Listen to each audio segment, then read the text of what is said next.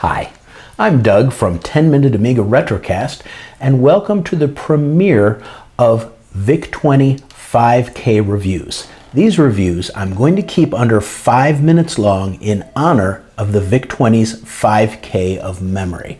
Now, I do such a great job keeping my 10 Minute Amiga Retrocast videos 10 minutes or under, no problem at all. In the spirit of Halloween, I wanted to cover this great game called PumpKid.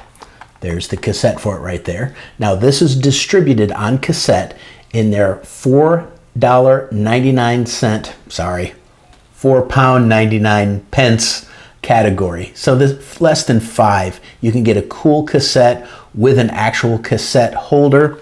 You can even order a cool PumpKid mouse pad like I have here.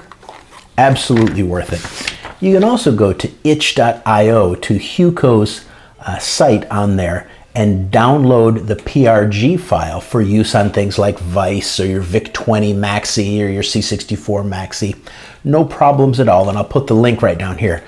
Definitely donate a little something to him. You can get it for free, but don't. Just throw him a couple of bucks, $2, $3, $5, whatever, for his hard work and to encourage him to do more in the future. Now, PumpKid was originally released in 2019, but it is still perfectly wonderful to cover it right now in the spirit of Halloween. Here's the premise. Every year, Witch Hazel descends upon the town and transforms a child into a haunted pumpkin ready for harvest on All Hallows Eve. But all is not lost. Fend off the witch with your candy hoard to avoid your fate on Halloween. Beat the witch on this night to break the curse of the PumpKid. Basically, you play as the PumpKid, one of the lost children that's been turned into a pumpkin. You go into a graveyard, well, because Halloween, 12 days before Halloween.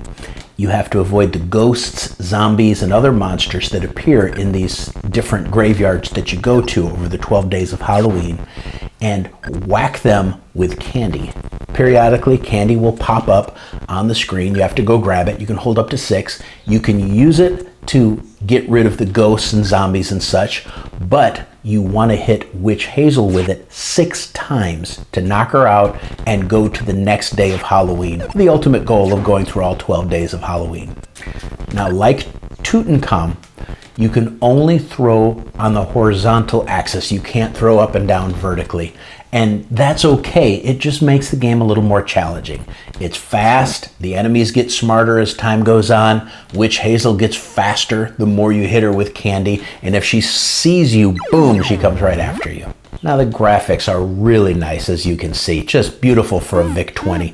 Really taking advantage of the programmable character set of the VIC-20. Without a doubt, they did a great job in the graphics of this game.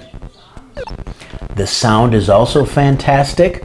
Beautiful sound effects, great VIC-20 music that plays at the beginning of the adventure. Really a nice job in the sound too. Now, you need 16K expansion to play this game. I happen to use the penultimate cartridge in my VIC-20, and I set it for 24K expansion, no problem at all. And there are so many ways to expand your VIC-20 now that are just really reasonably priced. Or you can play it on VIC, no problems at all, no issues playing it on VIC, and you can play it on the 64 Maxi or the VIC-20 Maxi if that's your thing you want to do.